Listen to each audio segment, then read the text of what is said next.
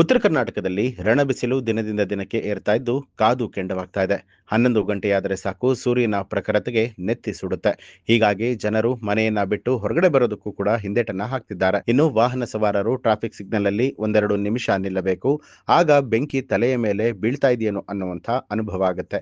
ಹೀಗಾಗಿ ಬೈಕ್ ಹಾಗೂ ವಾಹನ ಸವಾರರ ಅನುಕೂಲಕ್ಕೆ ಸಿಗ್ನಲ್ಗಳಲ್ಲಿ ನೆರಳಿನ ವ್ಯವಸ್ಥೆಯನ್ನ ಮಾಡಿದ್ದಾರೆ. ಹೀಗಾಗಿ ಬೈಕ್ ಸವಾರರು ಸಿಗ್ನಲ್ನ ನೆರಳಿನಲ್ಲಿ ನೆಮ್ಮದಿಯ ನಿಟ್ಟುಸಿರನ್ನ ಬಿಡ್ತಿದ್ದಾರೆ. ಎಲ್ಲಿ ಈ ನೆರಳ ವ್ಯವಸ್ಥೆಯನ್ನ ಮಾಡಿದ್ದಾರೆ ಅಂತೀರಾ? ಈ ಒಂದು ಸ್ಟೋರಿನಲ್ಲಿ ಗೊತ್ತಾಗುತ್ತೆ. ಟ್ರಾಫಿಕ್ ಸಿಗ್ನಲ್ಗಳಲ್ಲಿ ಎಲ್ಲಿ ನೋಡಿದ್ರು ಕೂಡ ಹಸಿರ ನೆರಳ ಪರದೆ. ಸಿಗ್ನಲ್ ಅಲ್ಲಿ ನಿಲ್ಲುವಷ್ಟು ಹೊತ್ತು ನೆರಳಿನ ರಿಲೀಫ್ ಎಲ್ಲಾ ದೃಶ್ಯಗಳು ಕಂಡಿದ್ದು ಗದಗ ಬೆಟಗೇರಿ ಅವಳಿ ನಗರದಲ್ಲಿ. ಬಿಸಿಲಿನ ತಾಪ ಸಹಿಸಲಾಗದೆ ಜನರು ಹೊರಗಡೆ ತಿರುಗಾಡುವಂಥದ್ದೇ ಬೇಡ ಅನ್ನುವಷ್ಟರ ಮಟ್ಟಿಗೆ ಬಿಸಿಲು ಬೆಂಕಿ ಆಗ್ತಾ ಇದೆ. ಬಿಸಿಲಿನ ತಾಪಮಾನಕ್ಕೆ ವಾಹನ ಸವಾರರು ಪಡುವಂತಹ ಪಾಡು ಅಷ್ಟಿಷ್ಟಲ್ಲ. ಅದರಲ್ಲಂತೂ ದ್ವಿಚಕ್ರ ವಾಹನ ಸವಾರರು ಅನುಭವಿಸುವಂತಹ ವೇದನೆ ಕೂಡ ಹೆಚ್ಚು.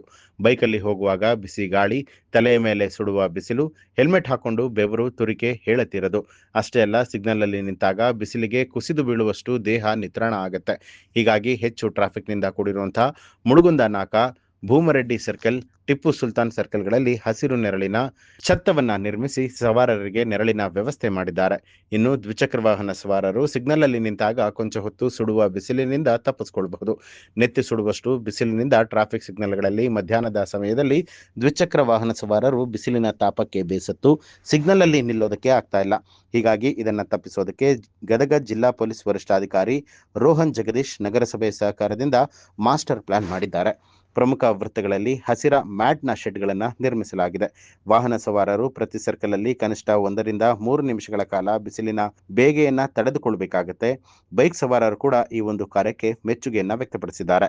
ಗದಗ್ ಬೆಟಗೇರಿ ನಗರ ಭಾಗದಲ್ಲಿ ಈಗಿನ ಸಮಯದಲ್ಲಿ ತಾಪಮಾನ ಹೆಚ್ಚಾಗಿರೋ ಕಾರಣಕ್ಕಾಗಿ ಸಂಚಾರಿಗಳಿಗೆ ಮತ್ತು ದ್ವಿಚಕ್ರ ವಾಹನ ಚಾಲನೆ ಮಾಡೋರಿಗೆ ಈ ಒಂದು ಬಿಸಿಲಿನ ಏನು ತಾಪಮಾನ ಇದೆ ಅದು ಹೆಚ್ಚಾಗಿ ಸಿಗ್ನಲಲ್ಲಿ ನಿಂತಿರುವಾಗ ಅವರ ಆರೋಗ್ಯದ ಮೇಲೆ ಪರಿಣಾಮ ಆಗದೇ ಇರಬಾರ್ದು ಅಂತ ಹೇಳಿ ಗದಗ ಜಿಲ್ಲೆ ಪೊಲೀಸವರು ಮತ್ತು ಗದಗ್ ನಗರದ ಪಾಲಿಕೆಯವರು ಇವರೆಲ್ಲ ಸೇರಿಕೊಂಡು ಒಂದು ಹಸಿರು ಪರದೆಯನ್ನು ನಾವು ಪ್ರಮುಖ ಸರ್ಕಲ್ಗಳಲ್ಲಿ ಈ ಸಮಯದಲ್ಲಿ ನಾವು ಅಳವಡಿಸಿದ್ದೀವಿ.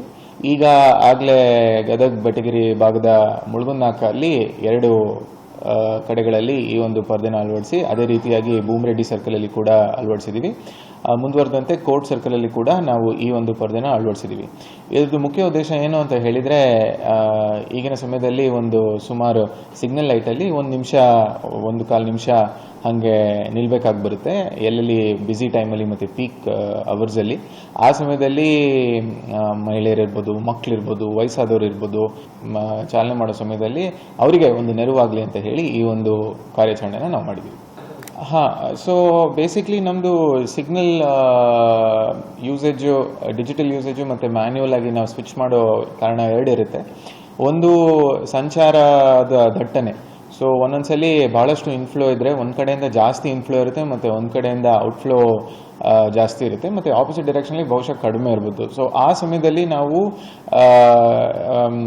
ಒಂದೇ ಸ್ಟ್ಯಾಂಡರ್ಡ್ ಪ್ರಿನ್ಸಿಪಲ್ ಬೇಸಿಸ್ ಮೇಲೆ ಸಿಗ್ನಲ್ ಓಡಿಸೋದು ಬದಲು ಮ್ಯಾನ್ಯುವಲ್ ಇಂಟರ್ವೆನ್ಷನ್ ಮಾಡಿದರೆ ನಮಗೆ ರೆಗ್ಯುಲೇಷನ್ ಆಫ್ ಟ್ರಾಫಿಕ್ ಈಸಿ ಆಗುತ್ತೆ ಅಂತ ಹೇಳಿ ಒಂದು ಮಾಡ್ತೀವಿ. ಎರಡನೇದು, ಈಗ 90 ಸೆಕೆಂಡ್ಸ್ ನಿಲ್ಲೋ ಬದಲು ಭಾಳ ಬಿಸಿಲಿರೋ ಸಮಯಕ್ಕೆ ಅದನ್ನು ನಾವು ನೋಡಿಕೊಂಡು ಬೇಸ್ಡ್ ಆನ್ ಸೆಲ್ಫ್ ರೆಗ್ಯುಲೇಷನ್ ಕೂಡ ನಾವು ಟ್ರಾಫಿಕ್ನ ಮಾನಿಟರ್ ಮಾಡ್ತಾ ಇದ್ದೀವಿ. ಸೊ ಅದರಿಂದ ಭಾಳಷ್ಟು ಜನಕ್ಕೆ ಅನುಕೂಲ ಆಗಿದೆ ಅಂತ ಹೇಳಿ ಕೂಡ ನಾನು ಭಾವಿಸಿದ್ದೀನಿ.